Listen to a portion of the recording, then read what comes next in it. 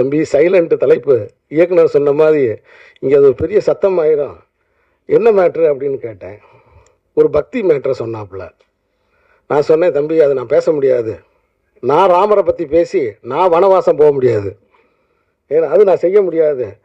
அது வேணாம்ப்பா, நான் என்னை தயவுசெய்து அதெல்லாம் பேச சொல்லாத. அது மாதிரி என்னை ட்ரெயின் பண்ணாத. நான் கான்ட்ராவர்சியாக எப்பயுமே நான் மேடைகளில் நான் பேசுகிறது இல்லை தம்பி அப்படின்னு நான் சொன்னேன்.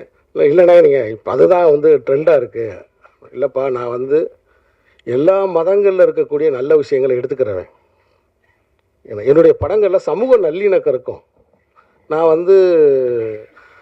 எந்த கடவுளையோ எதையோ நான் நிந்தனை பண்ணுறவன் நான் கிடையாது.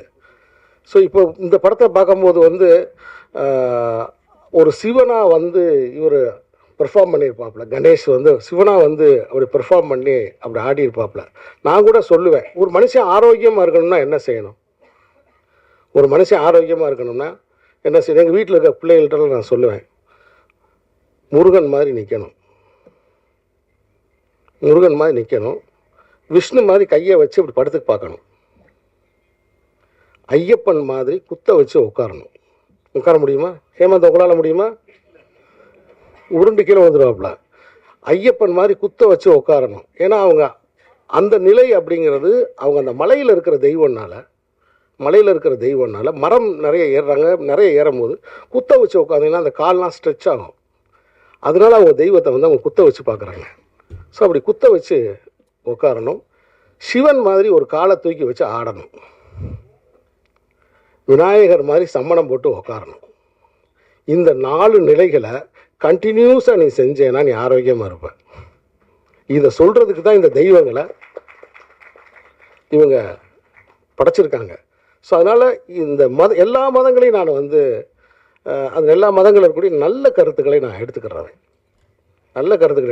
என்னுடைய படங்களில் எல்லாரும் ஒற்றுமையாக இருக்கணுன்ற சமூக நல்லிணக்கத்தை வலியுறுத்தக்கூடியவன். அதனால் தயவுசெய்து இந்த சிக்கலில் மட்டும் என்னை மாட்டி விடாதப்பா, நான் பேச மாட்டேன் அப்படின்னு. இல்லைண்ணே, அந்த விமர்சனத்தை பற்றி ஒன்று பேசுனீங்க இல்லைண்ணே, அதுதான் முடிஞ்சு போச்சேப்பா, அதை பற்றி மறுபடியும் என்னப்பா பேசணும் அப்படின்னு கேட்டேன்.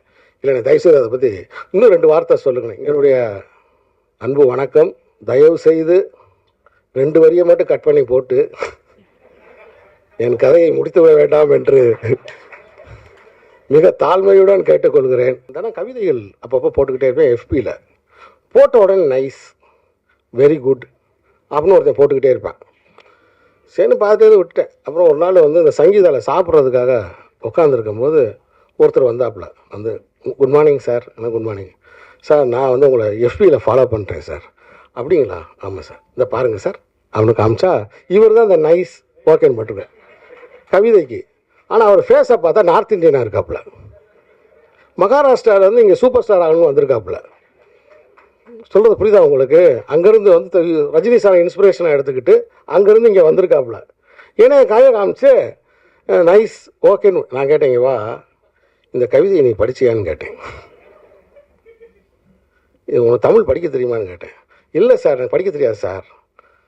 அப்புறம் ஏன் நைஸ்ன்னு போடுறேன்னு கேட்டேன். இல்லை சார், உங்களை சப்போர்ட் பண்ணலான்னு நினச்சேன் சார். என்னை எதுக்கே என் கவிதையே படிக்காமல் என்னை எதுக்கே நீ சப்போர்ட் பண்ணணுங்கிறான். இல்லை சார், நீங்கள் தான் விஜய் சேதுபதினு சொன்னாங்க. இதெல்லாம் உங்கள்கிட்ட காமிச்சு உங்கள் ஆஃபீஸில் பார்த்து ஒரு சான்ஸ் கேட்கலான்னு நினச்சேன். சரி, எந்த ஊரியா நீங்கள்? பூனே சார். இனிமேல் என் ஆஃபீஸுக்கு வா, ஆடிஷன் நடக்கும்போது பாரு. ஆனால் நைஸுன்னு மட்டும் என் கவிதைக்கு போடாத அப்படின்னு சொல்லிட்டு இப்படி இணையதளத்தில் இந்த மாதிரி சமாச்சாரங்கள்லாம் நடந்துக்கிட்டு இருக்கு. ஸோ மகிழ்ச்சி. சைலண்ட் குழுவினர்களுடைய வாழ்த்துக்கள். இந்த படத்தை மக்கள் மன்றத்துக்கு கொண்டு செல்லுங்கள்.